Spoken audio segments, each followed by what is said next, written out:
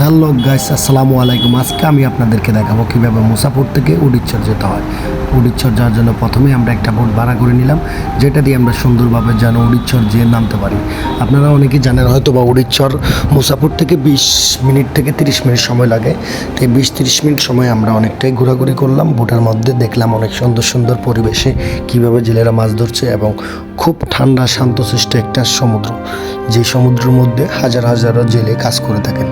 আমাদের যাত্রাপথের তাহের ভাই অল টাইমের ডিলার, তিনি খুবই বোরিং ফিল করতেছিলেন, কিছু ওনার মন মতো হচ্ছিল না। আরও আমাদের সাথে আছে দুবাই প্রবাসী সাদাত ভাই, যার উদ্যোগে আমরা আজকে ট্যুরে আসলাম।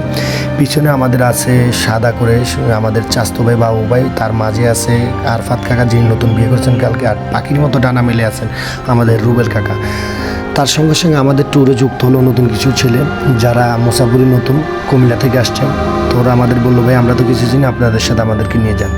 যাওয়ার পথে দেখেন আমার কি ফেসের অবস্থা, রৌদ্রের কারণে আমি তাকাইতে পারতেছিলাম, রৌদ্রের আদ্রতা এতটুকু, কিন্তু আমাদেরকে বোটাল এমন একটা অজানা জায়গা নামিয়ে দিল, যেখান থেকে আমরা পথও খুঁজে পাচ্ছি না, কোথায় যাবো ভাবতেছিলাম, কিছু খুঁজে পাচ্ছিলাম না। তো এই অচেনা রাস্তায় হাঁটার সময় আমি কয়েকবার পানিতে পড়ে যাই এবং আমার কাপড় চোপড় সব কিছু ভিজে যায়। আমি সবাইকে গাইড করতেছিলাম, কারণ ওনারা সবাই নতুন প্রায় ওই চরে, কিন্তু আমি গাইড করার কারণ হচ্ছে আমি কিছু না চিনলে ওনাদেরকে প্রথমে যাচ্ছি যাতে কোনো বিপদ হলে আমার সাথে ঘটে। তো আমরা দীর্ঘ 25 মিনিট হাঁটার পর একটা জাউ বাগান পেলাম। জাউ বাগানের দুই পাশে জাউ গাছ সারিবদ্ধভাবে লাগানো আছে, ফরেস্টাররা লাগাইছে। আর দুই পাশে যে রাস্তাটা আছে এটা দিয়ে একটা হচ্ছে কাদা আর একটা হচ্ছে জাউ বাগানের মাঝখানে। জাউ বাগানের মাঝখানে শুকনা ছিল, তাই আমি জাউ বাগানের মাঝখানে হাঁটতেছিলাম। তারপর আমরা আস্তে আস্তে অনেক হাঁটাহাঁটি করার পর একটা কাদা রাস্তা পেলাম, যেখানে গাড়ি চলার উপযোগী না, অনুপযোগী এখন। তারপরে কি করতে হবে, আমাদের গাড়ি যেখানে পাওয়া যায় সেখানে যাইতে হবে। কিন্তু আমাদের খুবই ক্ষুধা লাগছে, আমরা খাবারের জন্য একটা দোকান খুঁজতেছিলাম। হাঁটতে হাঁটতে অনেকক্ষণ পর একটা দোকানের সন্ধান পেলাম, কিন্তু ভাগ্যক্রমে দুর্ভাগ্যবশত সেই দোকানটাও ছিল বন্ধ। তো আমাদের ট্যুরে যারা ছিলেন আমার ভাই এবং চাচা, ওনারা সবাই খুবই ক্লান্ত।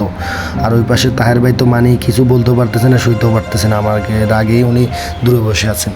তারপর আমরা দর কষাকষি করে 2টা বাইক নিলাম। একটা বাইকে 3 জন করে লোক যাওয়া যাবে। আর আমার যে ফেসের অবস্থা ওইখানে বলে বোঝাতে পারবো না আপনাদের। তো আমরা হাঁটতেছিলাম, আর 4 জনকে পাঠাই দিছি আগে, আমরা 3 জন হাঁটতেছিলাম। সর্বশেষে আমরাও একটা বাইক নিয়ে নিলাম, 3 জনে উঠলাম বাইকটাতে করে। সে আমাদেরকে একটি স্থানীয় বাজার নিয়ে গেল। যেই বাজারে যাওয়ার পর একটা নতুন অভিজ্ঞতা হলো, ওইখানে কোনো খাবার হোটেল নেই, একটা নাস্তার দোকান আছে। উনি বলতেছে, ভাই আমরা নিজেদের খাওয়ার জন্য রান্না করছি, ওখান থেকে আপনাদের দিতে পারবো। তারপরে আমরা দুপুরের খাবারটা খেয়ে নিলাম, ডিম দিয়ে আর চিকেন দিয়ে। অনেক সুন্দর একটা রান্না ছিল, খাবারটা খুব ভালো ছিল, চরের মানুষের রান্না। খেয়ে দিয়ে আমরা আবার ব্যাক করলাম। আমরা দূরে দেখতে পেলাম একটা বুট দেখা যাচ্ছে, ট্রলার। তো আমরা মনে করছি যে ট্রলারটা নদীতে আছে, কিন্তু আমরা এই খাল পেরিয়ে 3 কিলো যাওয়ার পর দেখতে পারলাম যে আমাদের যে চিন্তাভাবনা ছিল ট্রলারটা পানিতে, কিন্তু দেখি জোয়ারের ট্রলারটা উপরে পড়ে আছে। কি করব, তারপর আরেকটা বুট ফোন করে নিয়ে বুটে উঠলাম ট্রলারের উপরে। ট্রলারের মালিক আরও কিছু মাছ নিল, জেলেদের থেকে মাছ নিয়ে আবার আমরা ব্যাক করলাম আমাদের সেই মুসাপুরের উদ্দেশ্যে, যেখানে আমরা বাইক রেখেছিলাম। বাইক রেখে আমরা ওই উড়িচ্ছর আসছিলাম। সর্বশেষে আমাদের ব্লগ ভিডিও আজকের মতো এখানেই শেষ। আমরা বাসায় ফিরে আসলাম অবশেষে। আর আপনারা যারা আমাদের এই ব্লগ ভিডিওতে দেখছেন, আমাদের সবার জন্য দোয়া করবেন। আর আমার চ্যানেলটা নতুন, আর আমি যদি ভুল ত্রুটি কিছু বলে থাকি আমাকে ক্ষমার দৃষ্টিতে দেখবেন। আমার এই নতুন ভিডিওতে আপনারা সবাই সাপোর্ট করবেন। আসসালামু আলাইকুম।